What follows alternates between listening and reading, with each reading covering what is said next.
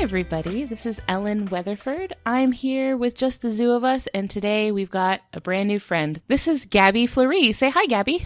Hi. I'm so excited to talk to you. Today we're talking about cheetahs. We're going to go real fast. But first, before we talk about cheetahs, I want to talk a little bit about you. So let us know a little bit. You mentioned that you have worked with cheetahs before. So what got you into your work with cheetahs and other carnivores? So it's kind of a long, winding story. It's really funny because people always ask, how did you know that you wanted to be in conservation? I've wanted to be in conservation since I had like a conscious decision about what I was into because I was so obsessed with wildlife. And I always joke that I just watched way too much like Captain Planet and the Planeteers, and it just kind of like warped me. And like, this is why I do what I do. But honestly, I've always been passionate about it. And with African carnivores specifically, my dad is Brazilian, but he's of Angolan descent. So he always was telling me like folklore stories and tying it into kind of like our background. So I was always really passionate about specifically Southern Africa. And with cheetahs are really interesting. I actually don't know why I specifically got into cheetahs when I was really little, but I was really hardcore about them because everyone would be like, oh, here's a leopard. Like, they give me like a postcard with a leopard and be like, it's a cheetah. And I'd be like, no. Were you the kid who would be like standing there at the zoo by the exhibits and be like, actually?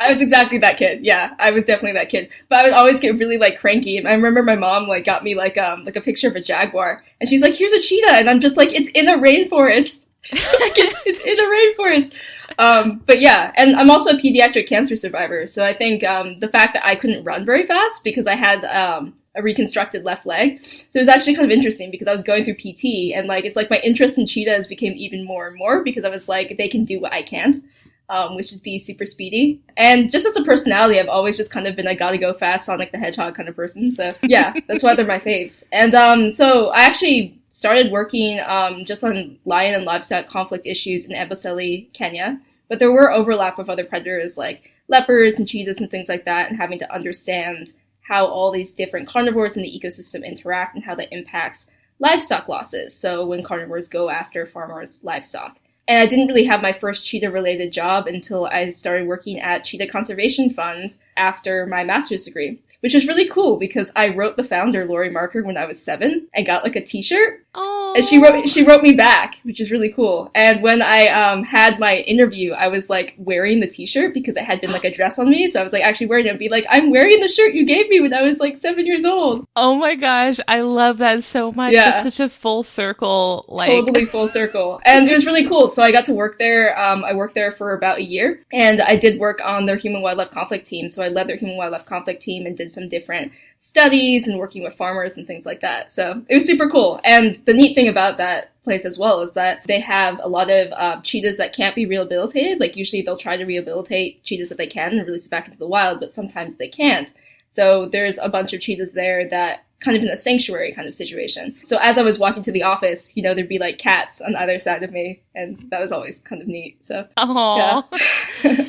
What is their personality like when you work with them? Give us an idea of like what it's like to actually work around cheetahs. Cheetahs are really interesting. They all have very unique personalities. I'd say with cheetahs, because of their biology and because they're kind of the big cats, I hate to say wimpy, but they're kind of like the wimpy big cats. They're not very strong, and a lot of other carnivores will push them around or will be actively a danger to them, because basically cheetahs, biologically, they've sacrificed all of their strength for speed. To be able to be really fast, they can't have a lot of muscle mass, they can't be, very strong. So they're a little like skittish.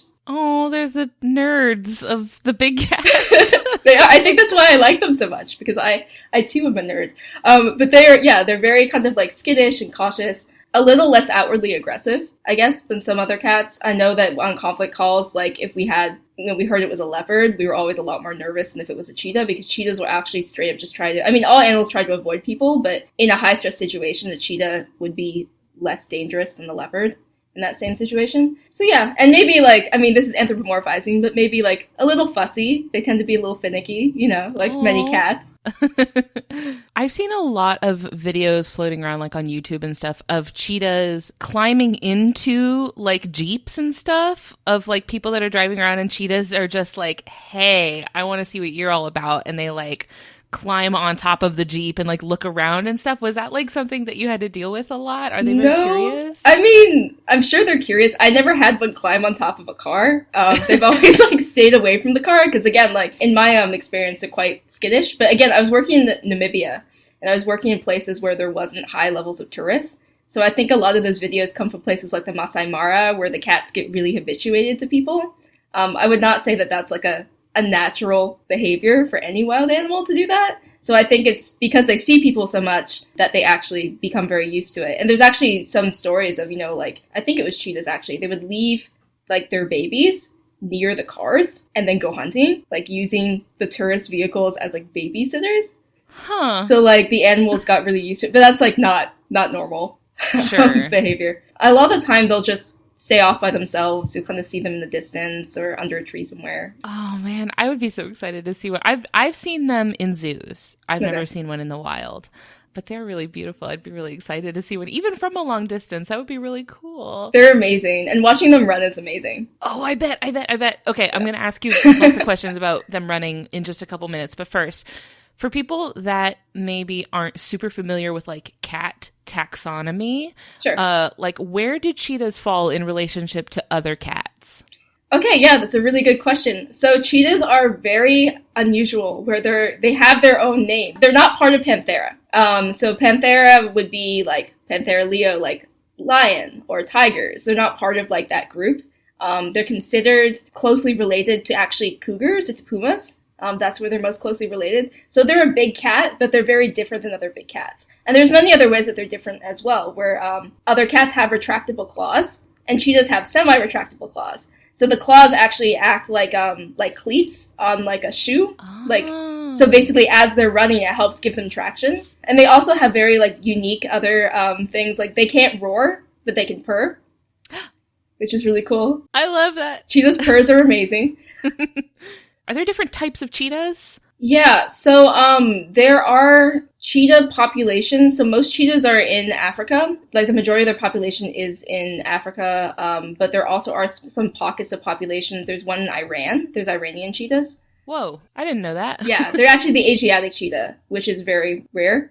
And then there's also African cheetah, which is like the primary cheetah. But the populations, the Asiatic cheetah populations are very fragmented. And they're like extremely endangered. Overall, the IUCN has classified. The IUCN is the institution that basically says whether an animal's endangered or under threat.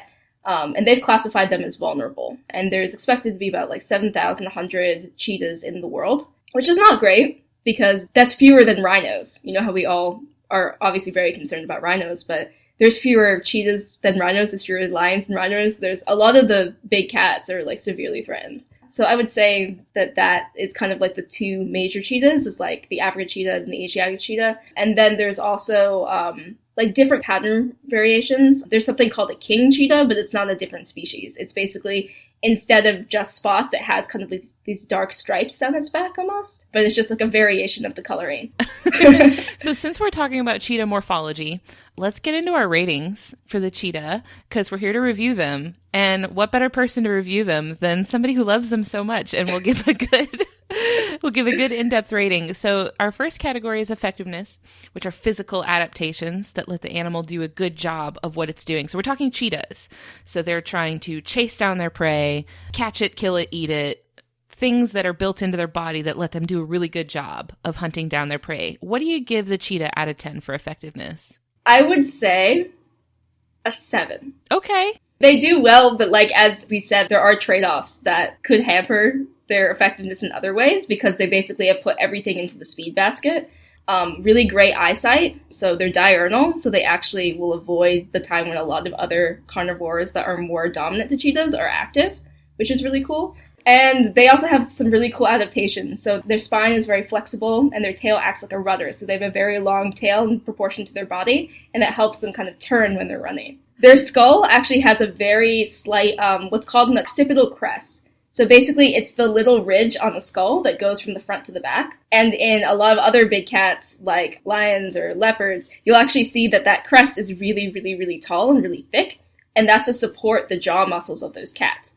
But because cheetahs have to be super streamlined to be able to run, their little occipital crest is very, very thin, which means that they don't have that same jaw strength. So basically, when you think of like a cheetah, think of something that's basically offloaded everything to be as streamlined as possible. And that's kind of why they're kind of the nerds, where it's like they're very, very tied into how can they have as little on them to be able to go as fast as possible when they're hunting. They're actually what's called a courser predator, so they burst out and they run a prey down in like spurts of activity, rather than like an ambush predator like a leopard that would leap out of a tree or something. Oh, that's really cool. They've made a lot of trade-offs, huh? Yeah, for sure. But because they've made all these trade-offs, they're weaker than other animals in some respects, so they have to eat their prey very, very quickly. So even though they have a pretty decent hunting success range, about 25 to 40% success range, they get chased off about roughly 10% of the time by other predators from their prey, because the other predators will like see a cheetah take down a gazelle and then basically steal it. Oh no, they're getting picked on by the bullies. It's essentially what that is. It's like somebody's like stealing their lunch money. Oh no, I feel so bad for them. So they actually, they'll drag the prey to cover, not up a tree like a leopard. They'll actually drag it to cover, and they'll eat as fast as they can, and then leave. And you'll see that if you see a carcass that's been eaten by a cheetah, they tend to, eat out of kind of the chest of the carcass, so they can get like high quality like organ meat and stuff like that. And basically, they'll leave the rest because they basically want to get out of there before they get chased off. They make it work. But the other thing that also kind of hampers cheetahs is the fact that they're very inbred. Oh no. Yeah, which actually wasn't human caused. It wasn't caused by anything. It actually happened kind of back in the Paleolithic era, but they went through some genetic bottlenecks that basically reduced the population of the cheetahs to like very, very, very small population, which of course bred with each other. And because of that, they actually are susceptible to a lot of like issues with genetics. So you'll see cheetahs with like things like kinked tails or other issues like that because just their base level genetics are very low. I think they're actually baseline the most genetically inbred cat. But what's really interesting is that cats in general are not very tolerant to inbreeding. So, like, for example, species such as rhinos, the white rhino population got reduced to 20,000 individuals. And they're okay. Like, they don't have the same kind of genetic problems. They're more tolerant. But cats in general are, like, very sensitive to bad effects from being inbred. So that's kind of a mark against the cheetah column. It's not their fault, but it's a mark against the cheetah column. So you'll see in a lot of organizations that research cheetahs, they often will have a really comprehensive kind of genetics wing because it's so important to understand kind of the genetics of the population and how things are moving. And that's another reason why it's so important to protect large tracts of land, because cheetahs need to be able to move throughout the landscape or the inbreeding problem becomes even worse and affects their health. So it's all tied together. There's a lot going on for these poor cheetahs. Yeah. But they're great. I know, they are so good. So what I think probably a lot of people want to hear about is about like the mechanics of their running. They run so fast, right? This is the fastest like terrestrial animal that's like running on land, right? Yeah, fastest land animal for sure. Yeah. What is it about them that lets them run so fast? I know you said that they've got the claws that give them traction. Mm-hmm. They've got the tail that helps them steer. Like, what about the cheetah's body lets them reach such crazy speeds? Their spine is like a spring. Really? Yeah, it's a very, very, very flexible spine. Like, cats have very flexible spines in general, but cheetah spines are unusually flexible. And when they run, the spine compresses and then like flexes out. So they kind of propel themselves like a spring. But the other cool thing about a cheetah is if you see a cheetah as they run, their heads are not bobbling all over the place. They keep their heads perfectly level as they run. Like a stabilizer? Like a stabilizer. Whoa. Which is really cool.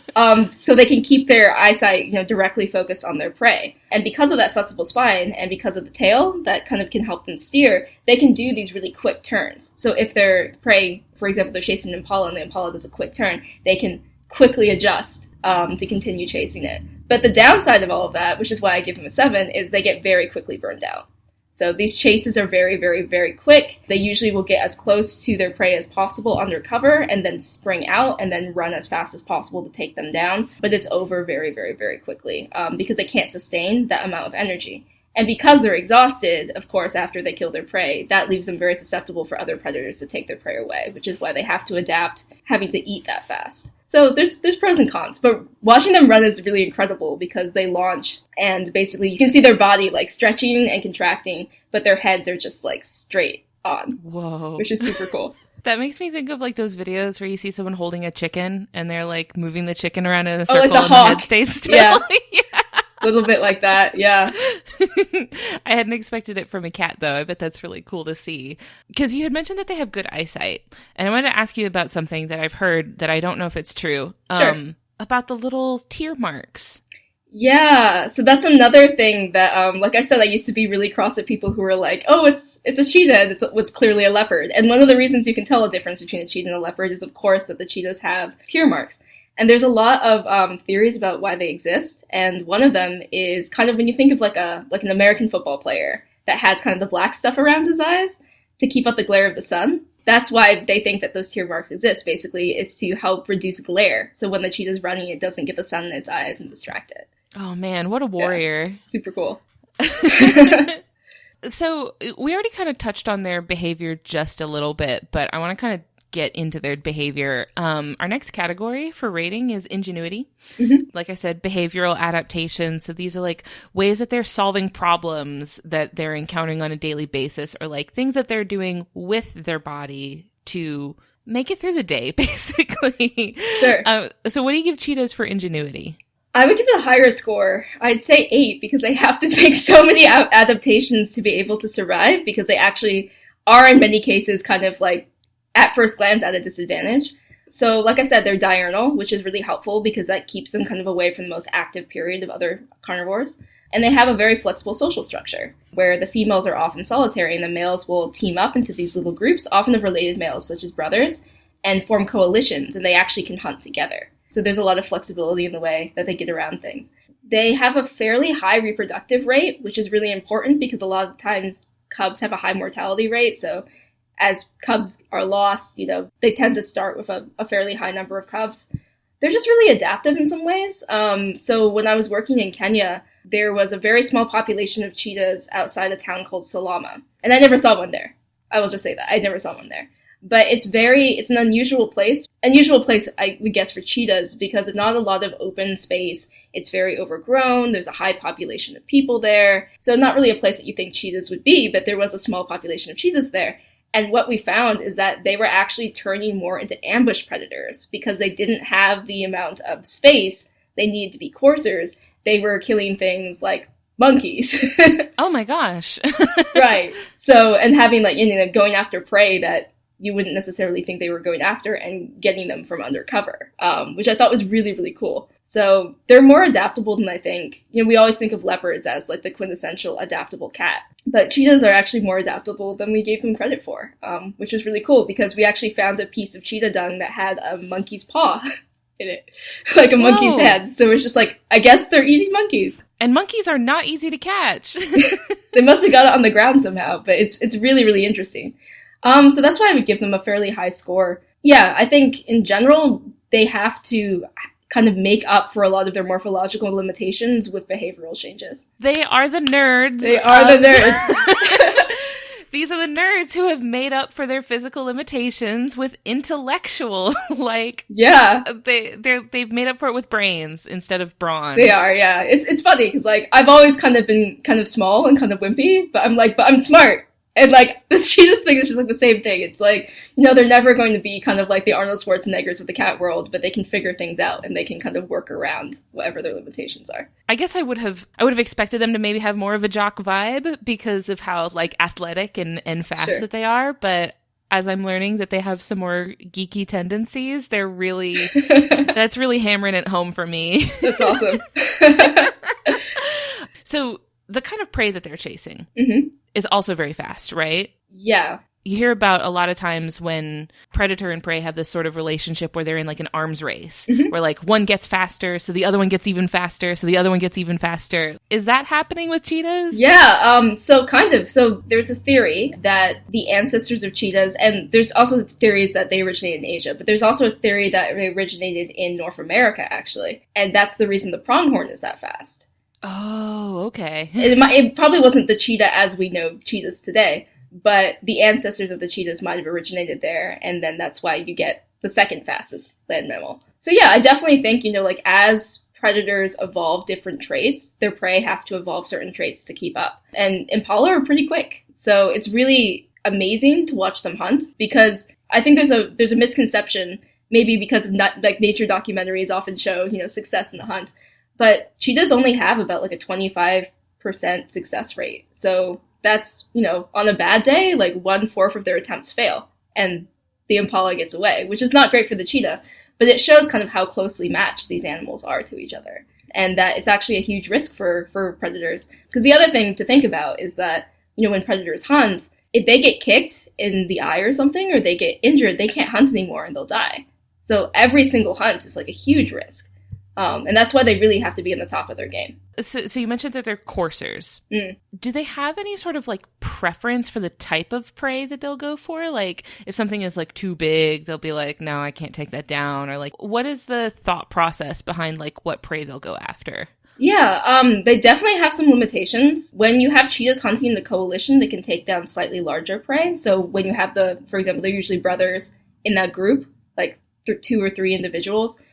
They can take down larger prey, but usually, you're looking at prey kind of like in like mid-size range, like an impala or something like that, or like a Thompson's gazelle. Like they really like Tommy gazelles, in East Africa specifically. But they'll also, they're not particularly picky. They'll go after things like hare, smaller things, whatever they can kind of get a hold of. But yeah, the typical prey that you think of, like when you think of the quintessential cheetah in a perfect environment with a lot of space to run, is like, for example, something like the Thompson gazelle. So, mid-sized, small antelope. In southern Africa, they'll go after things like springbok, which is another mid-sized antelope. Definitely, once you get much larger than that, it's hard for them to take them down. You're not going to see cheetahs go after something like an African buffalo or something like that. That's like way above their grade. So they're kind of like a mid-level predator. Sure. Have you ever been watching like a movie or a TV show or something and seen a cheetah depicted in a way that made you just like want to tear your hair out and scream like, that's not true, that's not how they do? Like, have you ever had that sort of moment with a depiction of cheetahs? I mean, I've seen some pretty wacky ones, like the guy in the Cheetos commercials. Like, that's definitely Chester the cheetah's definitely not accurate to science.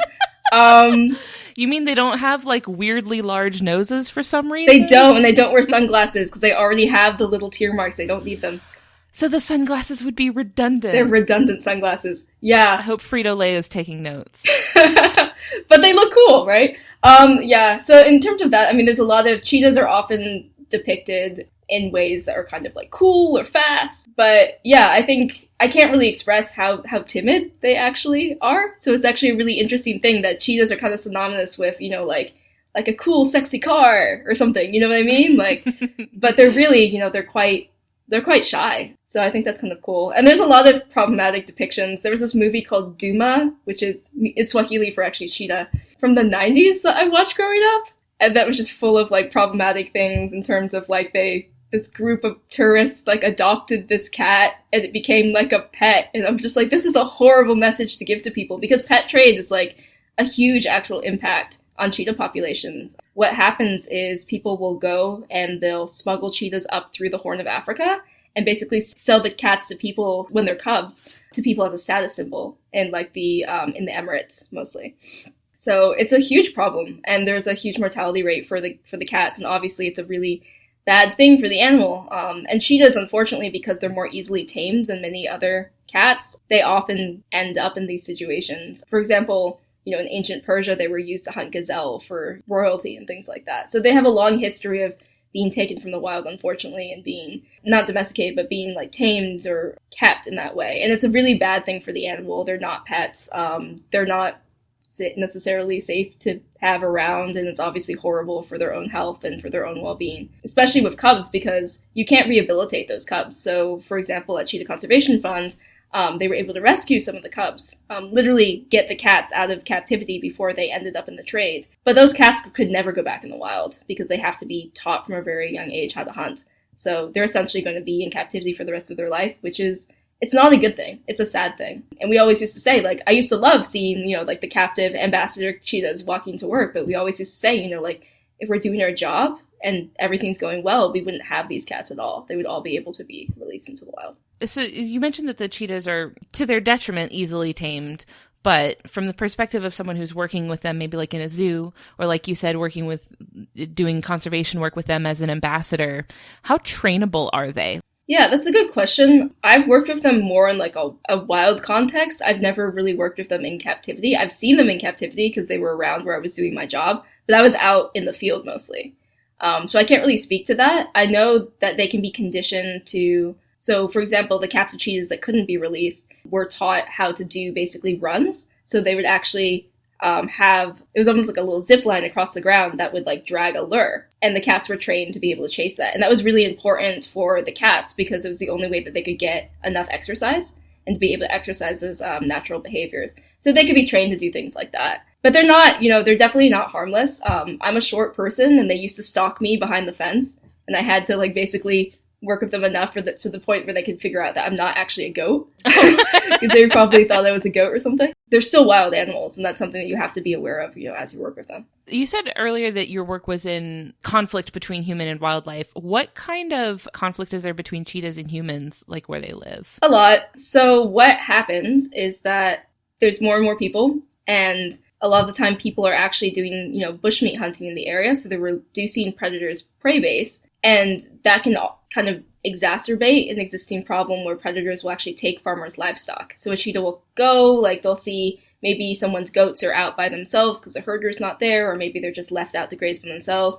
They'll take like a kid goat, not like a kid, or, a sheep or something, and then they'll eat that. Because, compared to their wild prey, it's a lot easier for them to catch livestock. I mean, it's right there. It's right there. And they also, if it's, they don't have their prey base there, it just makes it worse because then they don't have anything to eat. So what happens with that, unfortunately, is that farmers often will, shoot the predators, which is understandable because they're losing their livelihood. They're not going to be able to send their kids to school. It's a huge issue. And it's also a cultural problem because in many places, the more livestock you have, the higher standard of the community. So it's like a cultural affront as well as an economic affront in some places. So that's a big conflict is that, trying to prevent livestock loss, but also trying to work with farmers to increase tolerance to predators, which is really difficult because they have a good reason to not like carnivores. So it's a lot of anthropological work in many cases, just kind of understanding where perceptions of different carnivores come into play, because a lot of the time you would think that the animals that take the most livestock are the ones that farmers don't like the most. But that's not necessarily true. Sometimes it's because they hunt in a certain way. Or, for example, African wild dogs are pretty much hated by a lot of farmers. And it's not because they take the most amount of animals, but they tend to go after the really expensive ones like cattle. They have huge ranges, so they basically come in like a hurricane, knock out a bunch of animals, and then leave. And for a farmer, that's a lot more dramatic than something like a jackal that might take a sheep here or take a sheep there. And maybe over the time, they lose more animals to jackals, but it's less dramatic and it sticks in the mind less. And the hunting style is, African wild dogs have, from a human perspective, kind of an unfortunate tendency to tear animals apart while they're still alive. Farmers don't like that, so that makes sense. A little distasteful. Little distasteful from a human perspective, of course. So there's a lot of other factors about why farmers might feel differently about different predators. And with cheetahs, one thing that we found is that cheetahs and leopards get mixed up a lot. In terms of people will be like, I saw a leopard, or I saw a cheetah, or there's been like a leopard skulking around and it's actually a cheetah. And it's actually really important to be able to know the difference because there's different mitigation methods you can use for cheetahs than for leopards. So leopards might be able to jump into an animal enclosure because they can climb, right? But a cheetah wouldn't. So cheetahs usually are taking things that are kind of left out in the bush and it's just available and then they'll take something from the bush. That's kind of the complexity of all of that. And there's also the very technical aspect of trying to figure out different ways to, scare predators non-lethally away from livestock. So that could be flashing light systems, alarm systems, GPS, kind of geofences that warn farmers when predators are getting close so they can move their animals. There's a lot of different technical solutions as well as very low-tech solutions. So working with the community and trying to figure out, for Cheetah Conservation Fund, what was really effective was actually the use of livestock guarding dogs. Having dogs that were, trained from, puppyhood to be able to go out with animals when they're out in the field. And the dog wouldn't even have to, attack a cheetah. Cheetahs are, like I said, they're quite skittish. So that's just having the dog there is a deterrent. So the cheetah stays safe and the livestock stays safe. So there's a lot of different ways that you can work to prevent these things. But one thing I want to stress is that just because it works in a certain area, doesn't mean you can take the same things and move it to a different area. It's very context dependent. But I always say that I like to call myself an interspecies diplomat. The ambassador. Kind of, yeah, because it's like you're playing chess. Predators are really smart. The average jackal is a lot smarter than I am. So as you're doing all these different deterrent work or trying to figure out different ways to try to prevent cheetahs from or other predators from going after livestock, they're learning. One of my favorite things I ever saw, there was a little video of a hyena, and it was circling around what's called a boma, so like a livestock enclosure made of thorns. So the entire thing was like made of these thorn branches. And there's a tiny little piece of branch that didn't have any thorns on it that, you know, the herders would go and like use it to lift it up to go into the enclosure. So the video is of this hyena going around the enclosure, like systematically going around it, finding that one tiny little piece of branch, lifting it with its mouth, and going underneath it. Oh, no. Yeah, so they're clever. Very impressive. Yeah. Very impressed, but please don't do that. Yeah, it's definitely hard. So, yeah, there's no silver bullet for these problems. It's just something that kind of has to continuously be worked on, and there has to always be kind of innovation, but not just from outside researchers, through working with people on the ground as well, and making sure that it's tied into what the community needs. I know this is the whole thing that you're doing, so I really hope that like there's a way to find that sweet spot balance between harmony with the cheetahs and also a thriving agricultural community, like having everything. I know that's a silly way of saying like I hope everybody gets what they want. I did want to ask, have you ever touched a cheetah? Yes, but it was in a very specific scenario. People should not go around petting them. It was a cheetah that had come in from basically being on a farm, and it went into... Cheetah Conservation Fund has like an in-house vet clinic, and all the cats kind of go into that and they're evaluated. So it was, you know, under anesthesia, it wasn't awake, and I got to listen to its heartbeat, which was really amazing and made me cry. Was it really fast? No, because he was asleep. No. But like the vet, you know, put the stethoscope on my ears and let me listen to the cat's heartbeat, and it was really, really emotional. Especially since, you know, I've wanted to do this since I was like 3 years old, and I've been obsessed with these animals since I was 3 years old. And you're listening to the heartbeat of the animal that you've wanted to save your whole life. It was just... Oh, I'm getting secondhand emotional for you. I like cried in the clinic. Oh, I would too. It was amazing. That's a powerful moment. That was really cool of that vet to let you do that. Yeah, but just stressing, yeah, they're definitely not pets and should not be touched unless you're a professional. Don't touch. I've been close enough to touch a cheetah. I was at the Jacksonville Zoo. Oh, cool. The fur looked really like thick and coarse, more so than I would expect from an animal that lives in a hot, dry environment. Is that what the fur is like? Is it like thick and coarse? That's what it looked like, at least. I mean, I'm trying to remember what it didn't seem very thick to me. It's very kind of almost wiry feeling. Yeah. That's the right word. Yeah, it's definitely kind of a very like kind of rough coat. It's not soft, no, right? It's not. Yeah, it's really interesting. But actually, cool thing about their fur is that, you know, like the baby cheetahs have completely different, they look very different from the adults. So they have something called a mantle, which basically is on their back. And it goes from their head all the way to their back like a mohawk, like they're little rockers. So the theory behind that, and they lose that as they get older, the theory behind the reason that they have that is it makes them look like honey badgers. Really? And honey badgers, as we know, don't care and are very, very ferocious. So the idea is that because, you know, baby cheetahs are so vulnerable, by making them look like something that's very, like, fierce, the theory is that it would help, you know, prevent predation. Oh, some mimicry going on. I didn't think that mimicry was gonna be a thing with cheetahs. That's really cool. That's smart of them. They have, like, these really cool, like, little gray mohawks. I love them. Nerd but punk. Yes, punk nerds. They go through a punk phase, and then they go full nerd. Listen, we've all been there. Okay, you get a little rebellious in your early years, and then you settle into your nerd lifestyle. Yep, that's basically what cheetahs do too. That's like their adolescent punk phase. I love them. Since we're talking about how cute and adorable and punk they are, let's talk about aesthetics. Okay, sure. That's our final rating. What do you give them out of 10 for aesthetics? Oh man, I gotta give them a 10. They are incredibly beautiful. They're incredibly graceful.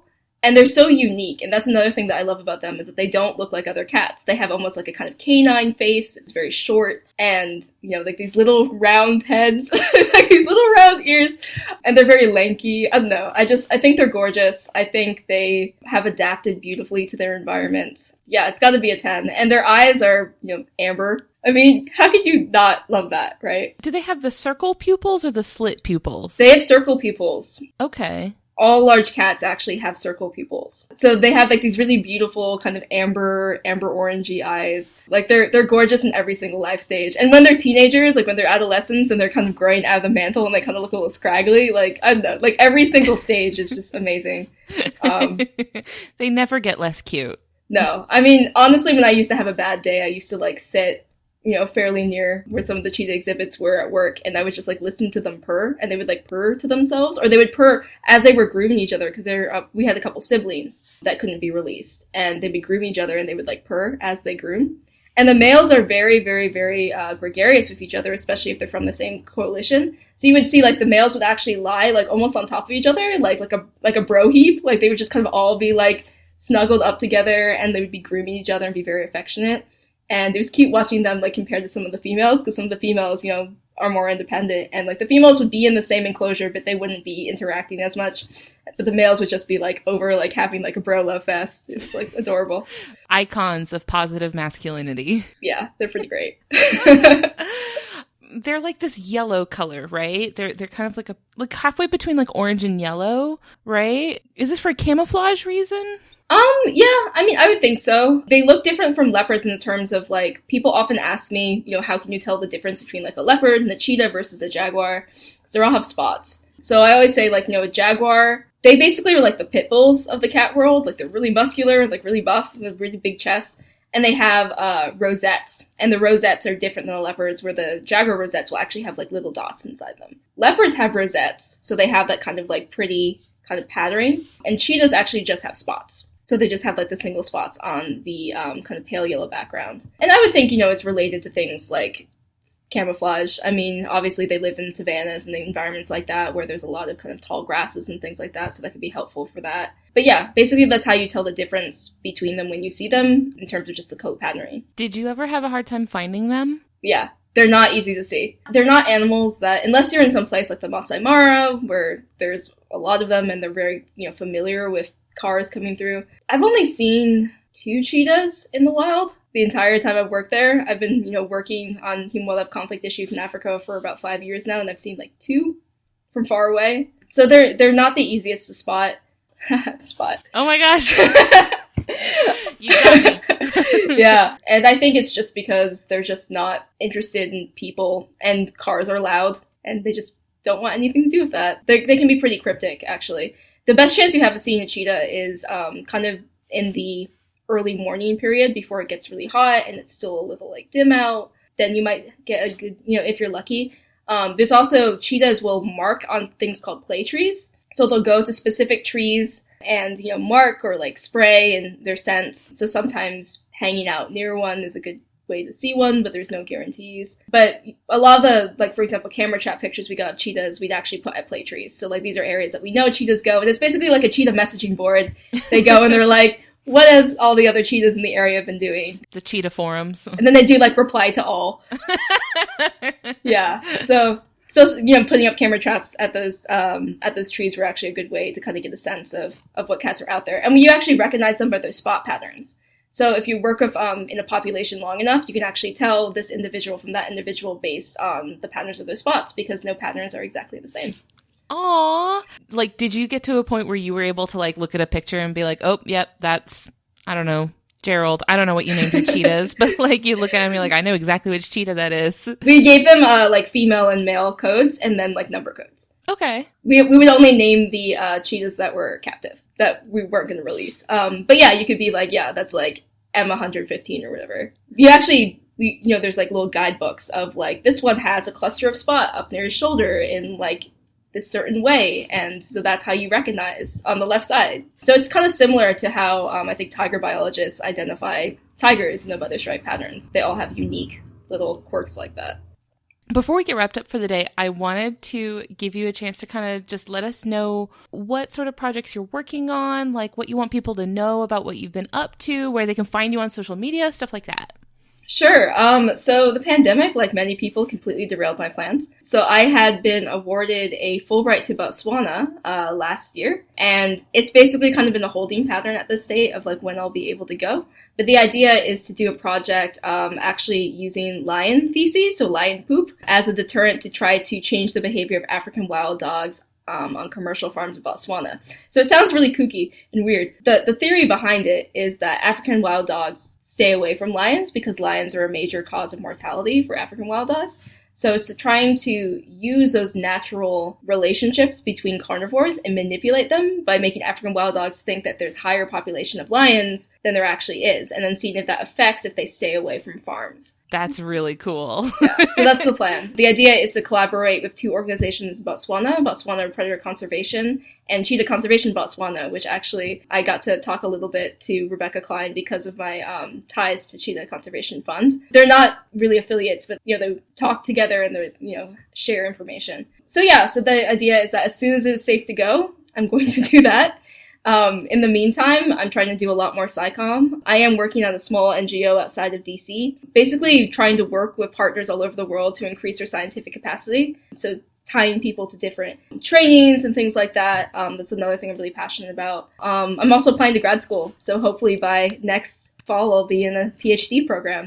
That's the next step for me. I was lucky enough to get recognized by Forbes in December as one of 30 under 30. So I do have a profile there. So if you want kind of like a succinct what I do, it's there. That's incredibly cool, by the way. Big congratulations. That's really neat.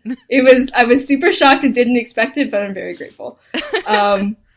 So you can definitely check me out there. My social media, I'm most active on Twitter, where I post geeky things and science, at Fleury GS, so my last name and then G, as in, I don't know, I can only think of video game references. G as in Godfall, and S as in Skyrim. You nailed it. You know exactly who you're talking to. Right. So you can follow me there, and as I kind of get more updates, I definitely will be posting there. I'm also an active member of Black Mammalogists, which is an awareness campaign, and it basically celebrates the contributions of Black mammalogists, of people who study mammals, both historically and currently, and I'm working on some of their campaign stuff to try to... Oh, yes! Excellent! So you're holding up the little cup. Nobody can see it, but I'm holding up my cup that has the Black Mammalogist Week sticker on it, which is like one of the coolest designs I've ever seen. It's pretty cool. Yeah, we're very lucky. So basically I am helping them out with some of their fundraising campaign. We're trying to raise funds for a BIPOC scholarship in collaboration with American Mammalogists Society. So that's been really cool. And I'm also co-writing a bunch of papers. I have a paper that was just accepted, a first author paper on the environmental video game I co-created with a friend, which teaches different human-wildlife conflict mitigation methods. That's coming out soon, and I'll be writing about that there. And I'm also co-writing a paper with some other people on basically protected area management in Africa and how that ties into social justice. That's awesome. You're the coolest. Well, thank you so much for taking all this time to talk with us today. Yeah. I've learned a lot about cheetahs, and it's been really cool. I said this off mic earlier, but I've been following you for a while on Twitter and seeing some of your work, and it's just cool. It's very cool, and so I feel lucky to have had the chance to chat with you today. Yeah, likewise. I've been keeping definitely a pulse on the podcast, and it's a really fun idea, and it's been great to finally meet you. So thanks so much. Well, we will talk with you later. Sounds good. Thanks. Bye. Bye.